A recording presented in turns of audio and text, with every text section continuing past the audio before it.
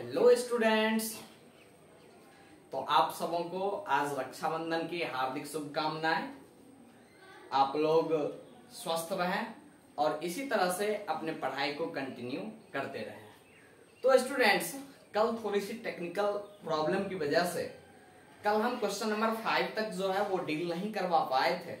हम question number 3 तक ही deal करवा पाए थे। तो आज हम चलेंगे क्वेश्चन नंबर 4 से।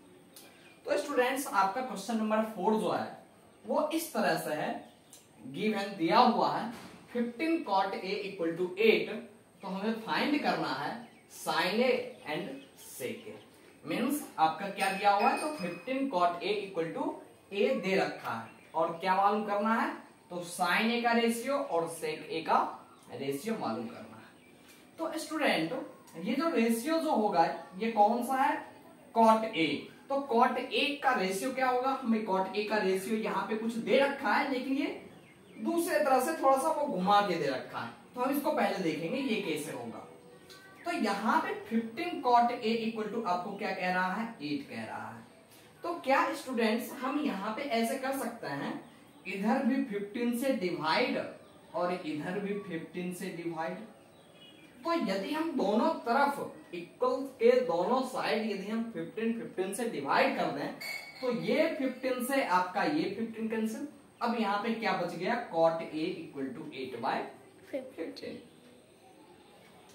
अब चलेंगे students, cot a equal to आपका आ गया 8/15। तो हम एक स्ट्रक्चर को ड्रॉ कर लेते हैं।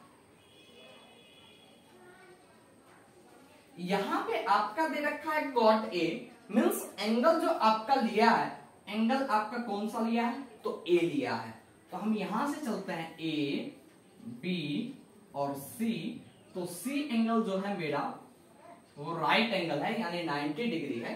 और यहाँ पे देख किसका रखा है, किसके रिस्पेक्टिव कह रहा है, तो ये a के रिस्पेक्टिव कह रहा है। और cot का जो होता है, इसके जो आपके जो साइड्स के जो रेशियो होते हैं वो किसके साइड के रेशियो होते हैं, cot। तो वो आपके हो जाते हैं बेस बाय परपेंडिकुलर के, बेस बाय परपेंडिकुलर के, यानी b बाय p के आपके ये क्या हो जाते हैं, रेशियो हो जाता है। तो cot a के अनुसार जब हम चलेंगे तो यहां से आपका बेस क्या हो जाएगा, तो ये जो लग रहा है हाइपोटेनस को छोड़ करके जिससे ये एंगल लग रहा है वो आपका बेस हो गया, यानी बेस आपका कितना हो गया, 8 हो गया।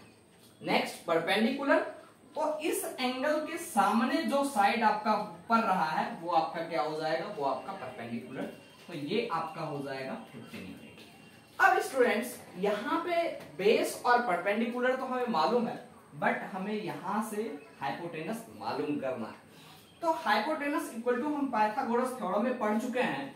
यहां से ये ट्रायंगल का जब कोई बड़ी साइड है तो ये ट्रायंगल की बड़ी साइड का स्क्वायर जो होगा वो अदर जो साइड्स हैं उसके स्क्वायर ऑफ सम के इक्वल होंगे।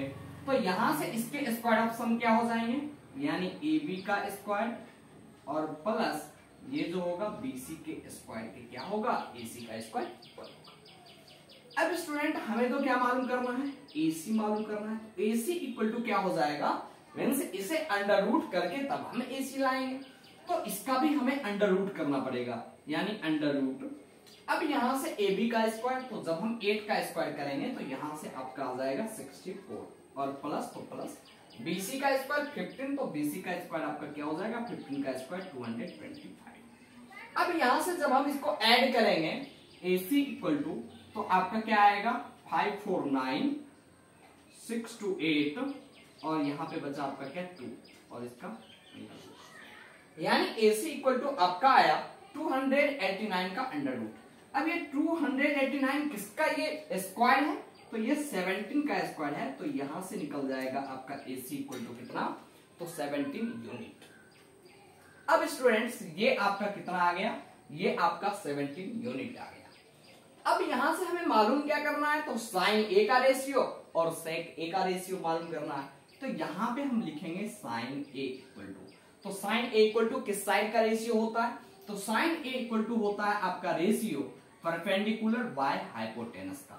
तो परपेंडिकुलर इसका इसके रिस्पेक्टिव परपेंडिकुलर क्या है, तो इसके सामने का जो साइड है तो ये आपका 15 है, तो यहां से आपका 15 और बाय हाइपोटेनस क्या हो गया, तो 7। ये आपका हो गया साइन ए इक्वल टू।